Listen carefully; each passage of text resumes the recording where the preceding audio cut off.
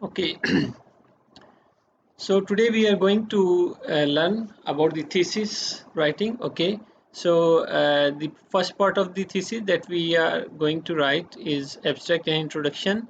Of course, this is your final year project, part one. Okay, but you have to know that what should you write in the abstract and introduction. Okay, and also we will discuss the parts of the introduction chapter, different parts, and how we should write this chapter.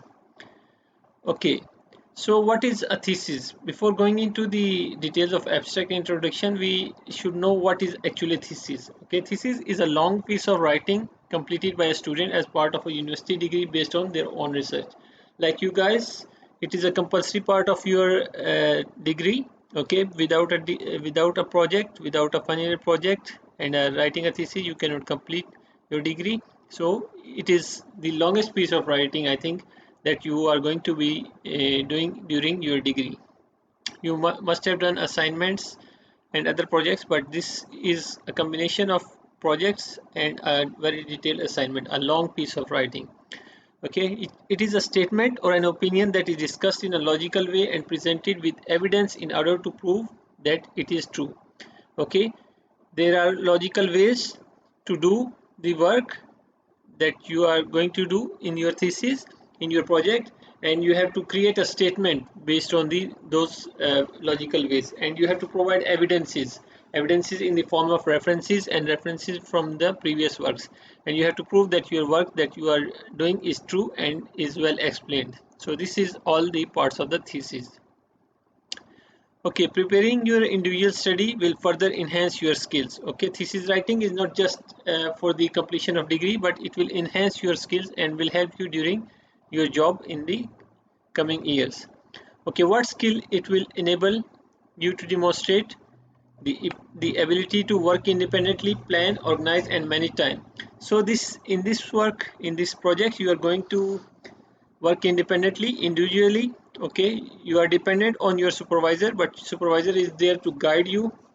Mostly you are going to do your work independently, and you have to plan your time, how you want to start, what time you want to do the project, and how you can organize your project with all other courses that you have.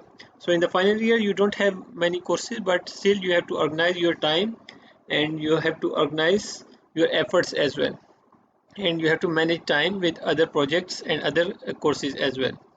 Okay, so this is part of the training for your uh, future. Okay, and then how you can identify a relevant topic and define a research question. So for example, you become an engineer later, then what how are you going to visualize different things to find a problem in that and provide a solution of the problem based on research questions. Okay, and how can you make judgments and be selective based on what you have done? How can you make judgments and how can you come out with the conclusions? Okay, think critically, evaluate reliability and validity of the information and data. It's not just doing the project, not just collecting the data, but you have to evaluate the data and validate the information by scientific proofs or the theory that is already well developed. So you have to prove your results in terms of theories, and you have to relate them with the theories as well. Okay, you have to synthesize material, that all the material that you used during your project, you have to synthesize them, and then finally you have to communicate your findings. This communication in the written form is called the thesis. Okay, and this thesis should be a clear, coherent discussion. Okay, anyone who reads this should understand what you are trying to do and what you have done in your work, and then it should express the ideas by creating a reasoned argument. So whatever results you have got, whatever conclusion you have come, you must have some reasoning behind that so that it is reliable. Okay, and finally it should relate issues to your subject area. Okay, so for example, you are working in telecom engineering or something, or you are working on a specific project that is related to IoT. So your thesis should clearly highlight what have you used, what aspect of IoT have you used in this work. Okay, then what's your topic? and from where you got your topic. What is the motivation behind your topic enthusiasm? Were you just walking on the street, you see a problem, or you are let's say you were sitting in a restaurant and you saw the procedures going on. There are a lot of delays between the orders and the waiter bringing the food. So why not automate all this process? So this is the motivation that you got from somewhere, the idea. And then you have to study well that the topic is wide enough or too wide. If it is good enough for your project or it is too good for your project, mean that if it is good enough then it's good, then it's okay. But if you choose something very ambitiously and you choose the topic too wide, then it will be a problem later to solve that topic. I mean, to conclude the topic in the end, because it's too much for your PSN or final year project, because you have other things also to do and you have to manage your time and you have to manage your work and have to finish your degree on time. So it should not be too wide. Okay. Then you have to see, is it an interesting area of debate? Is it currently debated? I mean, the topic is current. For example, if we are in telecommunication, now we are going to 5G. So if any problem there is related with 5G, means it's a hot topic right now. So it should be the interesting topic that you propose in your project. And then what has already been done and written about this topic. So you have to do the literature review to know what has already been done by previous people or previous researcher about this topic. And you have to clearly strategize your work. How will you undertake this research? Okay, you need to know, you have to discuss with your supervisor and you have to know all the methods that you are going to use during this research. And what will be the practical issues, feasibility, time, resources. Like I said, if it is too wide, then you have to spend a lot of time and maybe you cannot finish it on time. Or is it feasible? I mean, if there is no resources available regarding related to this project, then you might not be able to do this project. Okay, so you have to see the resources, the facilities, the equipment available in the labs, so that you can work on that. And also you have to see the resources. So if this project needs a lot of money, a lot of equipment to be used, that will cost you too much, but your budget is limited in the final project, so it will be an issue for you as well. So you have to see all these issues before you can propose a project. And then finally you have to see ethical issues. For example, some projects, they are using animals and they are doing experiment on animals or human beings. So these type of projects, they have to have the ethical permissions before they can proceed with such projects. Okay, so these are the basic contents of the thesis. Okay, every thesis should have these contents. Maybe they have more number of chapters or topics, but this is what a thesis covers. First of all, abstract. Okay, then there are some other things, general things. Then chapter 1, which is introduction. Chapter 2, literature review, research methodology, result and discussion, conclusion, references, and finally appendix if necessary. Okay, so now we are discussing introduction. In another video we will discuss about the research methodology. Okay, so what is an abstract? Okay, before going to the introduction, we have to write an abstract. Of course, this is your final year project 1, so you might think that you don't need to write an abstract, but you should write an abstract. Okay, you should write an abstract. It can be a basic abstract. I mean, for the first part of the project you can write an abstract, and then when you do your final year project in the semester 2, then you can improve that abstract and finalize the abstract for the final thesis report.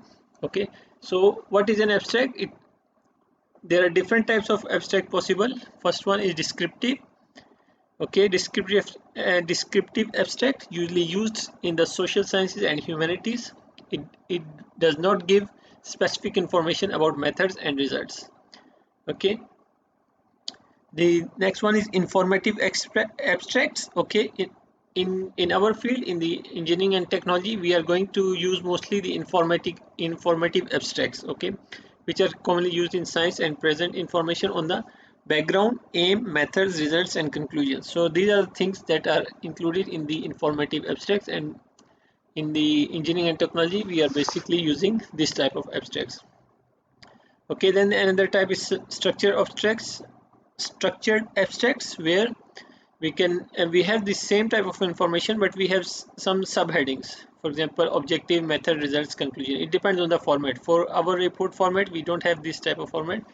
So, but this is same as the informative abstract as well. Okay. So what are the different parts of the abstract? Abstract should work as a marketing tool. Okay. Whoever reads the abstract of your thesis, he should be interested to read more. Okay. Or whenever you write a thesis or a paper, the first thing that the reader will read is the abstract. So abstract is like a marketing tool. So whatever is written there, if it is very interesting, then the reader will go into the details. If it is not interesting, then he will just leave it on the side. Okay, it should help the reader to decide whether there is something in the body of thesis worth reading or not.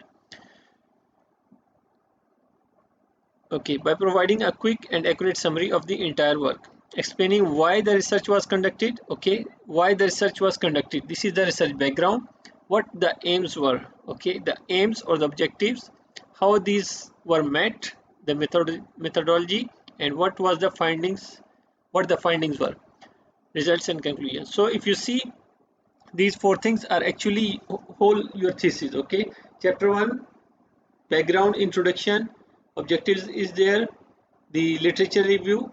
Okay, then research methodology, results, conclusion, and uh, results and conclusion. So this is all your thesis, all the chapters of thesis. You have to combine all of them in one page and put them as an abstract. Okay, as an interesting abstract, so that a reader read your abstract and then go into the details. Okay, it's like making a story, so that it can make the things interesting for the reader.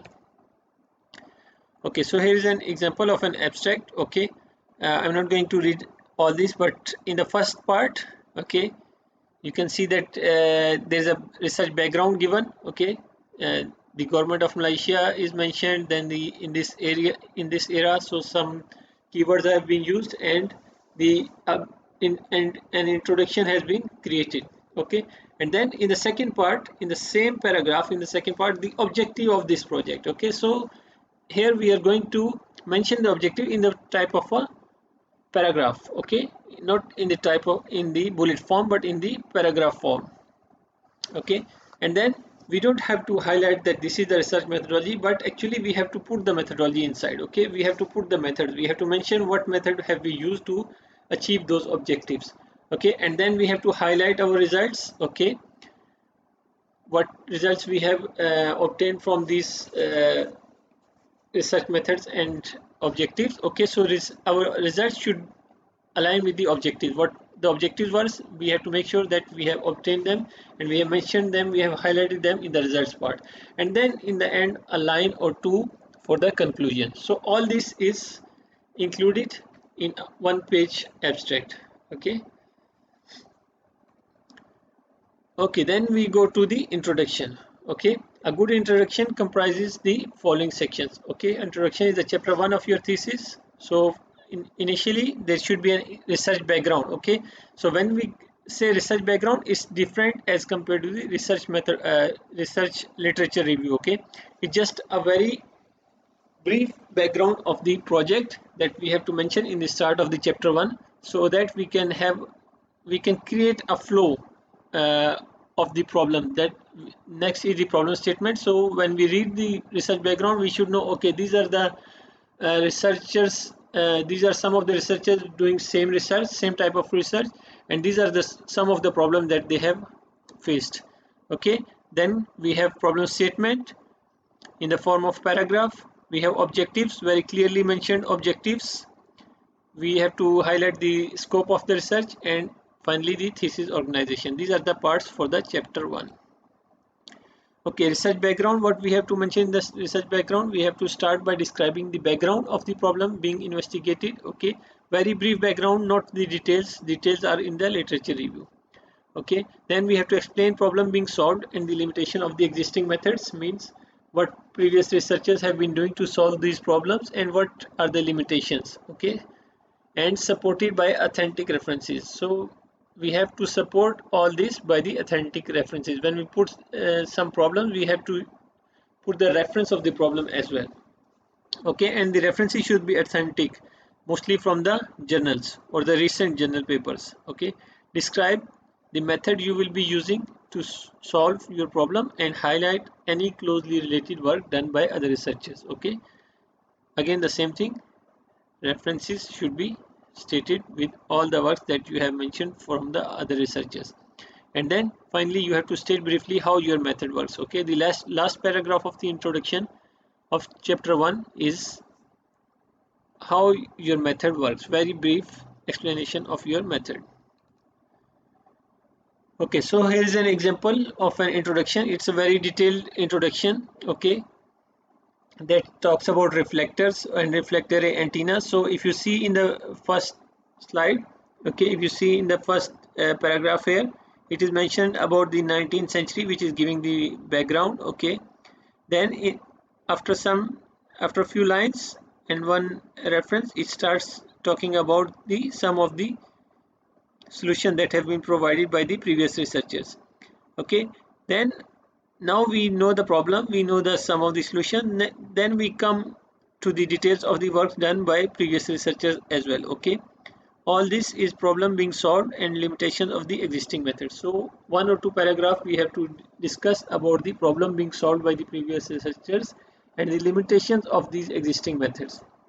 Okay, so then we have to give authentic references, okay, from the IEEE journals, papers, or wherever, but authentic references. Okay, and then finally the last paragraph describes about your method. Okay, what you are going to do in this project you have to describe in the last paragraph. Okay, then comes, after the introduction comes the problem statement. Okay, the statement that clearly spells out gap in the knowledge, for example, yet unsolved problem. Okay, so elements of problem statement, what are the elements? Again, you have the brief background, problem, issue, shortcomings, okay, previously proposed solutions, problem with previously proposed solutions, and finally what you are going to propose in this project. Okay, so we see this example. Okay, this is also talking about antenna. Okay, but we just ignore that. Okay, so first of all we have provided some background in 2-3 lines, then we come to the problem. However, the word however here is mentioned that we are going to describe the problem. Okay, and then in order to rectify these problems, what are the previous solutions provided by the previous researchers? Okay, then we come again, another however comes, which means there is another problem with the solution provided by the previous researcher. There is still a problem. Okay, and what are those problems mentioned in one paragraph or in few lines, and then finally you mention what you are going to do in this work. Okay, and very briefly explain about that thing. Okay, then comes the objectives part. Okay, your objective should answer, solve the problem being stated in the problem statement. So you have to align, you have to see the problem statement is aligned with the introduction, and then the objectives are aligned with the problem statement. So it's going step by step to briefly open up all the problems and the objectives of your work. Okay, you have to make sure that our objectives cover the different aspects of problem that we have mentioned in the problem statements. Okay, and are clearly expressed in measurable terms. Okay, we have to clearly express our objective in measurable terms. We have to put all the information in the objectives. They should be realistic considering local conditions, or what are the facilities, what are the resources available. They should be realistic about that, and then they should meet the purpose of the study that is already mentioned in the problem statement, and they should use the action verbs that are specific enough to be measured. What are the action verbs? These are the action verbs. Okay, these are the examples. So the action verbs here are to develop, to monitor, to analyze. Okay, so let's see the first one. To develop a smart aquaponics system for agriculture industry based on microcontroller. Okay, so we have mentioned here, develop a smart aquaponics system, okay, based on microcontroller. So very clear objective that we are going to develop aquaponics system for agriculture. The application and using a microcontroller. Okay, and then to monitor the soil moisture, okay, what are we going to monitor? Soil moisture, intensity, fish feeder and water pump using Android application. Okay, so very clear objective that we are going to monitor these things, these factors using an Android application. And finally, to analyze the performance of the aquaponic system toward the agriculture industry. Whatever system we have developed in the first objective, we have to analyze the performance of this system. Okay, similarly, there are other examples of the good objectives. Okay, so example of bad objective. What is a bad objective? A bad objective is something that is not clear. For example, if we say to understand the effect of lubricant viscosity on the wear rate. So there is no clear explanation what is actually the objective of this work, and to develop a C code for something. Okay, C code for what? We have to give more explanation about that. To study the effect of fiber contact, fabricate a lens holder, and to apply the Monte Carlo method for optimization. Okay, so we have to make sure that we are using the proper verbs to explain the objective, and the objectives are very clear. Okay, so this is a how we can relate the problem statement and objective. So firstly we have to mention problem. Okay, as we saw previously that we have problem. Okay, and then our objective 1 is related to the problem 1, and then we have another problem where our objective 2 is related with the problem 2. So there is a sequence between the problem statement and the objective.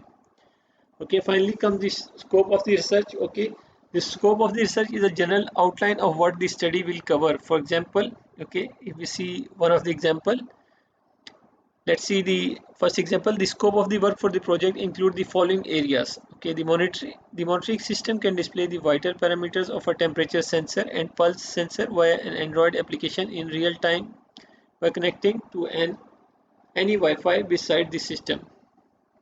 Okay, to any Wi-Fi.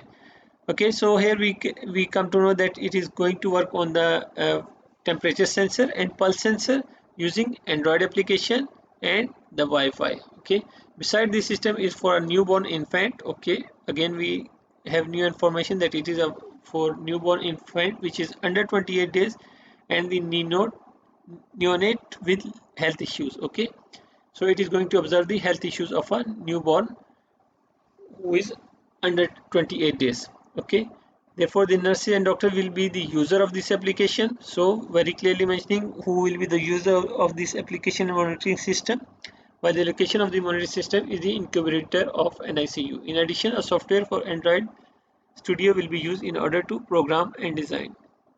Okay, the interface. Okay, so from here we know that it is going to use the Android system using the Wi-Fi, and it's going to work on the for the health inspection of a newborn infant who is less than 28 days. Okay, the developer can choose either to use Android Studio emulator or a smartphone along the testing process. Okay, so more information about the scope of the research. So here we are just limiting the scopes, that what we are going to do will be working within these scopes. No, we are not going out of these scopes. Okay, so there is another example, you can read about this example as well. Okay, so finally the final part of the chapter 1 is the thesis outline. Okay, that we have to mention what is mentioned, what is being given in each of the chapter of the thesis. So we have to write like chapter 1 provides the basic introduction, the problem statement and objectives of the work. Okay, chapters 2 discusses about the previous work done, previous works done related to this issue, and chapter 3 gives an overview and further discussion. Detail of results are provided in chapter 4, and very briefly what we have concluded in chapter 4, and finally the chapter 5 discusses about the conclusion. So we have to write like 3 to 4 lines of or a one paragraph for each chapter of the thesis. Okay, so that's all for the chapter 1. Okay, so actually this chapter 1 is to be done at the end of your thesis. Okay, I mean the discussion that we have done shows that you have already done your project and then you are writing the thesis, but in practical you should start your thesis writing the day you have started working on your project. Okay, like the introduction, the problem statement, the objective. All these things are already clear from the proposal. Okay, and then finally you have to keep refining them at the end uh, with the discussion with your supervisor as well.